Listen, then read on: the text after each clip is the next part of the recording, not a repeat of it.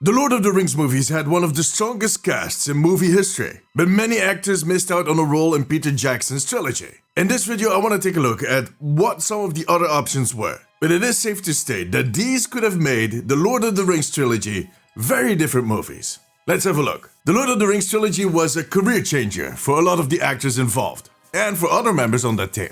Now, some of them managed to capitalize on that success a little better than others did, but overall it was a step forward for everybody. It was an adventure of epic proportions, but for every cast member that made it to New Zealand to be part of this humongous endeavor, there were a few people that missed out or even passed on that opportunity, and that might or might not regret their choice. Some of them have become big names, and others we have not heard about since. But let's start out close to home. Well, close to home for Peter Jackson, that is. It is well known that he tried to incorporate as many of his fellow New Zealanders in this production as possible. And it started out with the glorious locations in his homeland, a local rugby team that played to Urukai, and all of the special effects being done by his own studio that he started in New Zealand. Let's just say that he provided a lot of people with some opportunities and a job. But he also had his eye on a few Kiwis for the main roles. For instance, he wanted Lucy Lawless, yeah that's right, Xena the warrior princess, to play Haladriel. And she was actually up for it. But the thing was, she just had a baby. And on top of that, she was still doing Xena. So it turned out that was all a little too difficult to balance, so she passed. Another Kiwi that was on Peter Jackson's wish list was Sam Neill. According to rumors, he was offered both the part of Elrond and Gandalf. But he passed because he was about to start filming for a Jurassic Park sequel, I think the third one.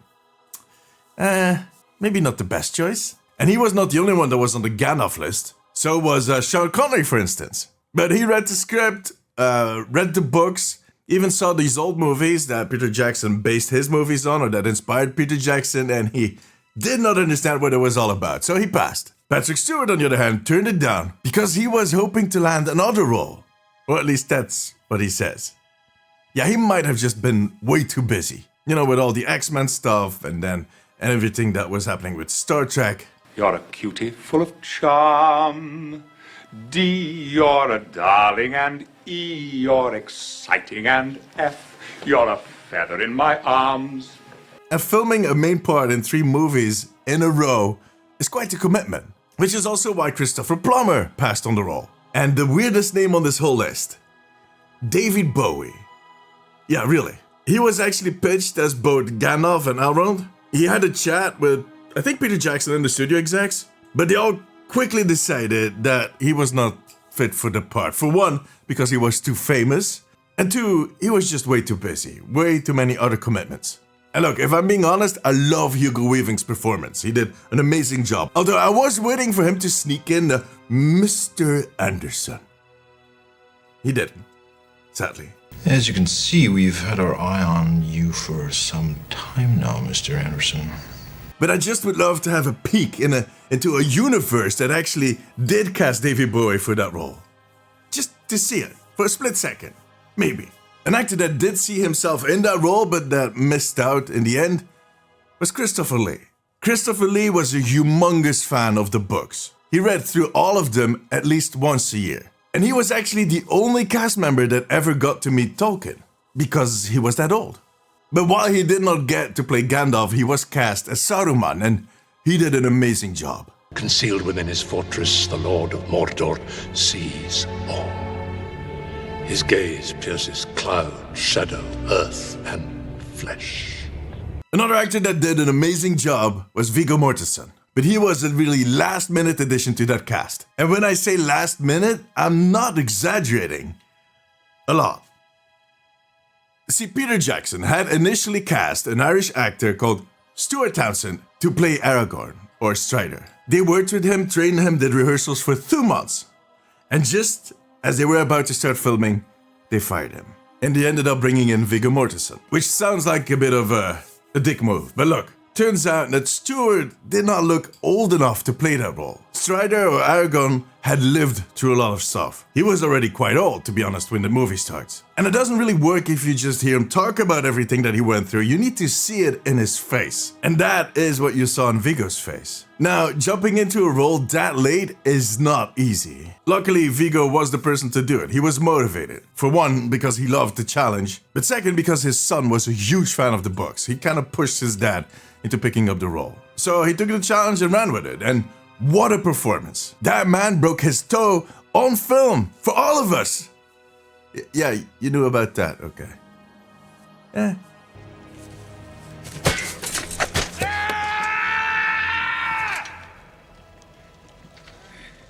Other actors that tried for that same role are Nicolas Cage. Yeah, I mean, it would definitely have been a different movie.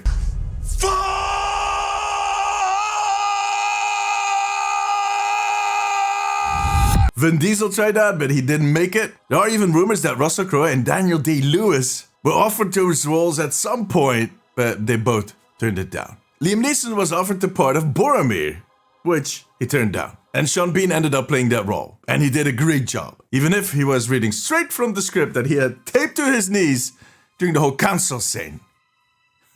One does not simply walk into Mordor.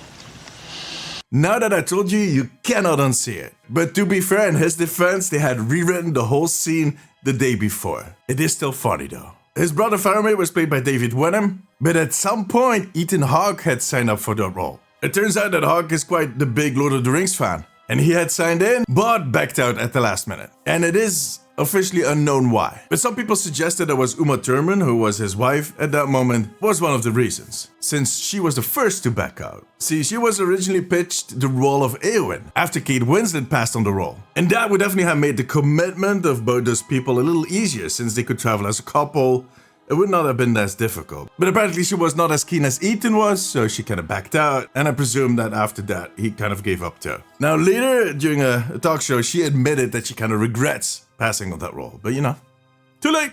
The role eventually went to Miranda Otto, who did a great job and is actually reprising her role for the new movie that is coming out next week. An animated movie, Lord of the Rings, The War of the Rohirrim. I talked about it in last week's video, and I'm going to review it next week, so make sure to subscribe. But anyways, Uma was out, Ethan was out. Another actor that ended up passing on a role in Lord of the Rings but did not end up regretting it was Warwick Davis. He was offered the role of Gimli originally, but due to timing issues he passed on the role, and it went to the 6-foot-tall John Rhys Davies. Now shortly after passing on that role in Lord of the Rings, Warwick joined the Harry Potter franchise. So yeah, I doubt that he had a single moment of regret. Don't forget the nice wrist movement we've been practicing.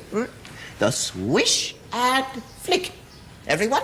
Now, while on the topic of the more shorter cast members, Jake Gyllenhaal apparently auditioned for the role of Frodo, but according to sources, it was the worst audition of all of them. He really missed the ball. It had something to do with an English accent. Dominic Monaghan also tried out for Frodo, and while he did not get that role, he ended up playing Meryn alongside Elijah Wood, who played Frodo, Billy Boyd, who played Pippin, and the Goonies star Sean Astin as Sam. Another set of amazing performances. Now, apparently James Corden also tried out for Sam.